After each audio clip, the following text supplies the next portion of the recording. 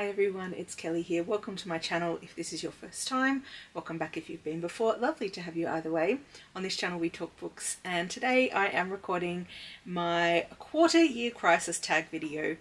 This is a tag that was originally created by Roisin's Reading. I'll link her channel down below, and consider yourself tagged if you would like to be involved to do this tag yourself. Nobody tagged me.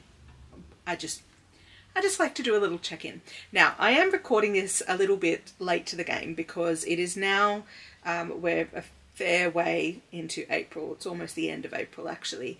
So I'm going to base this off my, where I was up to at the end of March. However, you will be pleased to hear, because it's going to sound a little bit dire, but you'll be pleased to hear that the month of April has been a very good reading month for me. So I have been able to kind of catch up a little bit, and I'm back on track with where I wanted to be with my reading because of the reading I've done in April. So it's going to sound a little bit dire as we go along, but if we just keep that in mind, that hope has returned into my reading, then we might be in a better place.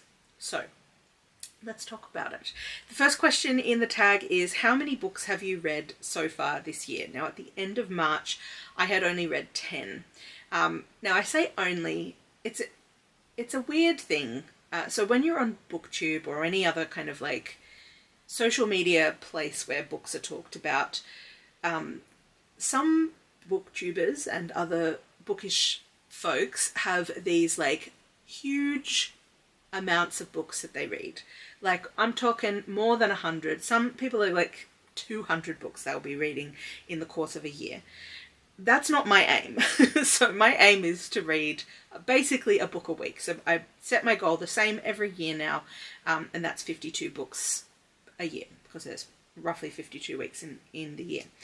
And over the last couple of years, I have exceeded that. I don't reset my goal if I exceed the 52. I just count that as bonus beyond what I was anticipating. So if you think about that, where we were at the end of March, I was a little bit behind on my goal. Only by a couple of books, so it wasn't crazy dire, it was catch-upable, and aside, I have now caught up. But yeah, I wasn't feeling great about where I was up to with my reading. So I started the year off on track. January I read 4 books, and then in Feb and March I read 3 books apiece. So I wasn't quite where I wanted to be. Question 2. Have you already found a book that might be a 2025 favourite? Yes, I have. And that is How to Say Babylon by Safiya Sinclair. This is a memoir, and it is about Safiya Sinclair, who grew up in Jamaica, the daughter of Rastafarian parents, and her family's, the way that her father in particular interpreted the teachings of Rastafarianism was sort of not necessarily the same as the mainstream, but he was quite extreme in the way that he, the level of control that he wanted to have over his family. So yeah, it was understandably a difficult life for Safiya Sinclair as she was growing up. And this memoir was just absolutely heartbreaking. And the writing is so good that it was almost like it was storytelling. It was so compelling. I just wanted to keep reading it. I wanted to find out how things were going to pan out for her. So this was brilliant, absolutely brilliant. And it's a contender for being my favourite book of the year. So at the moment, this is the one that's kind of the one to beat, the top tier. So that's exciting. I have found a really good book. I've read other good books also. I've got a couple of books that I've rated 5 stars, but to me, I think that one's the one so far. Any 1-star books, this is question 3, any 1-star books or least favourite book read so far this year? No 1-star books. My lowest rating has been 3 stars, and that was for a book that I read for my Reading Around the World book club.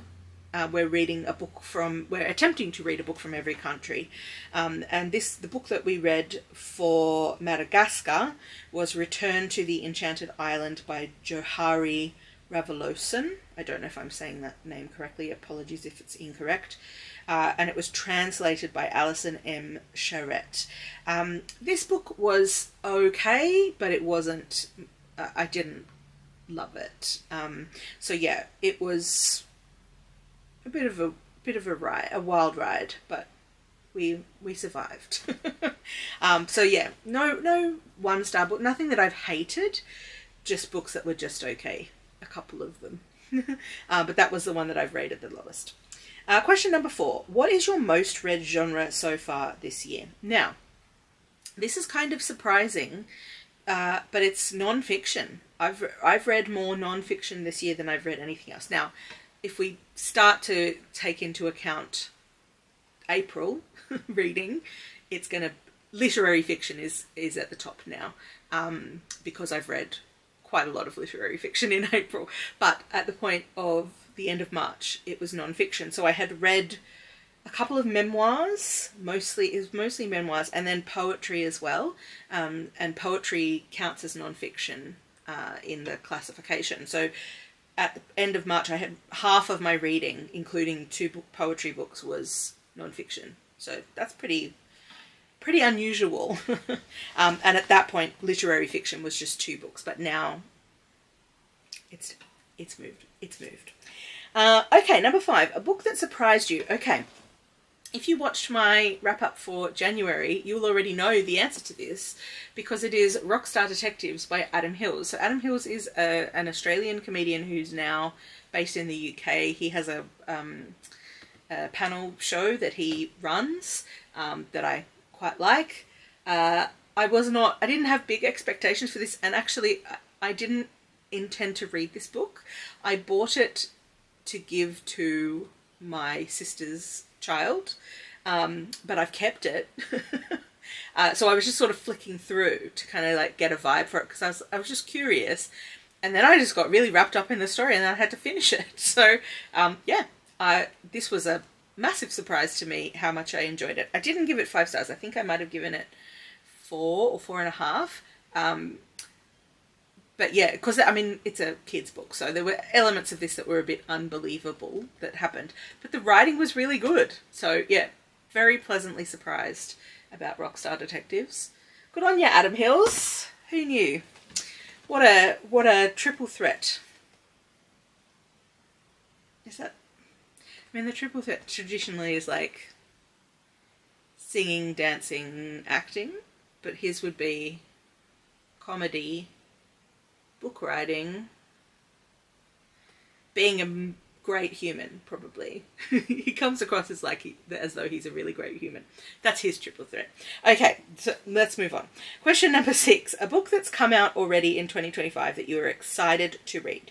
I've actually got 3 books to show you for this one, because I have bought 3 books that came out this year. The one that I probably am the most excited to read is this one, Unmasking for Life by Dr. Devon Price. I read Unmasking Autism last year or the year before, and I loved it. It was a game-changing, life-changing kind of a read, and I just found it so helpful to learn about the process of unmasking. So this is kind of like continuing on that thread, a guide to embracing your autism in a neurotypical world. So excited for that one, very excited. Also, I picked up 2 fiction books as well that were published this year. This one is Wild Dark Shore by Charlotte McConaghy. This one is, it says on the back, Dominic Salt and his 3 children are caretakers of Shearwater, a tiny island not far from Antarctica. Home to the world's largest seed bank, Shearwater was once full of researchers, but with sea levels rising, the salts are now its final inhabitants. Until, during the worst storm the island has ever seen, a woman mysteriously washes ashore. Isolation has taken its toll on the salts, but as they nurse the woman, Rowan, back to strength, it begins to feel like she might be a turning point for them, while Rowan, long accustomed to protecting herself, starts imagining a future where she could belong to someone again. But Rowan isn't telling the whole truth about why she set out for Shearwater, and when she discovers sabotaged radios and a freshly dug grave, she realizes Dominic is keeping his own secrets. As the storms on Shearwater gather force, they must all decide if they can trust each other enough to protect the precious seeds in their care before it's too late, and if they can finally put the tragedies of the past behind them to create something new together. Sounds really good.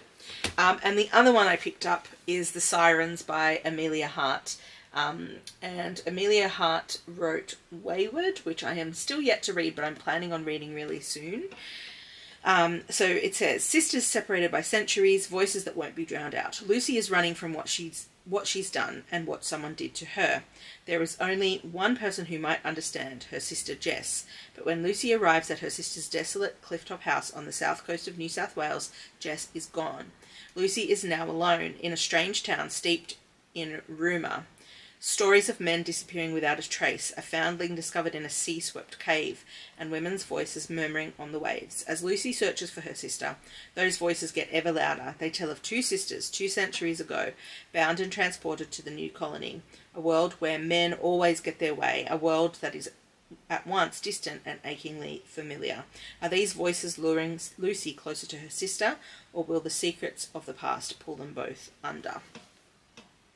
Sounds amazing. I'm very excited to read The Sirens. Okay, so those are the books that have been published in 2025 already that I'm very excited about. And this next question is, what is a 2025 release still to come out that you would like to read? And I'm very pleased to announce, because if you've watched my videos over the last couple of years, it's the half-year one, the mid-year freakout tag. I have had the same book. I think I might have changed it last year. I've had the same book that I've been looking forward to because there's been promise of publishing for a couple of years.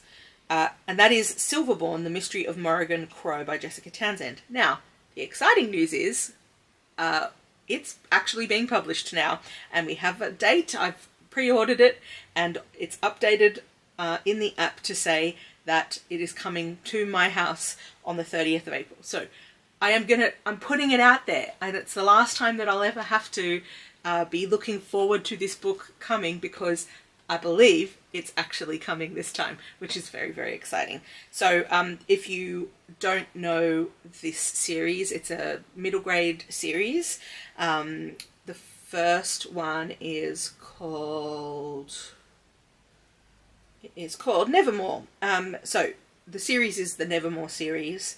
So it's, the first one is Nevermore, then there's Wondersmith, and then Hollowpox. I've read all 3 of those and loved them. And now we finally get the 4th book in the series. So I don't know if more is coming after that, or if this is the last one. Not sure. So we'll have to wait and see. But I'm very, very excited to finally be getting this book, and to have a date, and it's coming.